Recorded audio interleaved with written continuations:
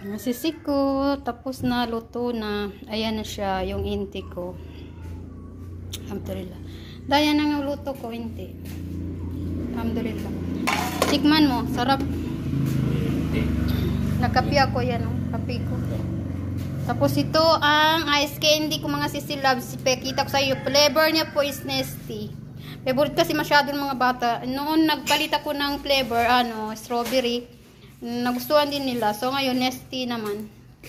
Para siyang thank you.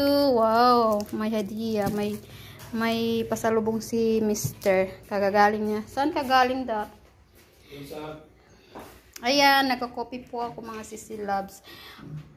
So ang candy natin is 143 ginawa ko.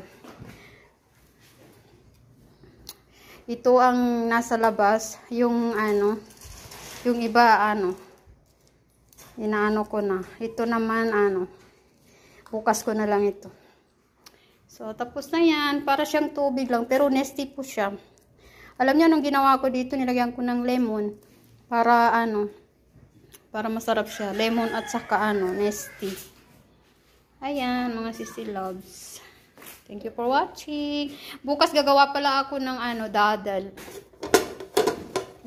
Ay, minute. Yan ang gagawin ko bukas, inshallah.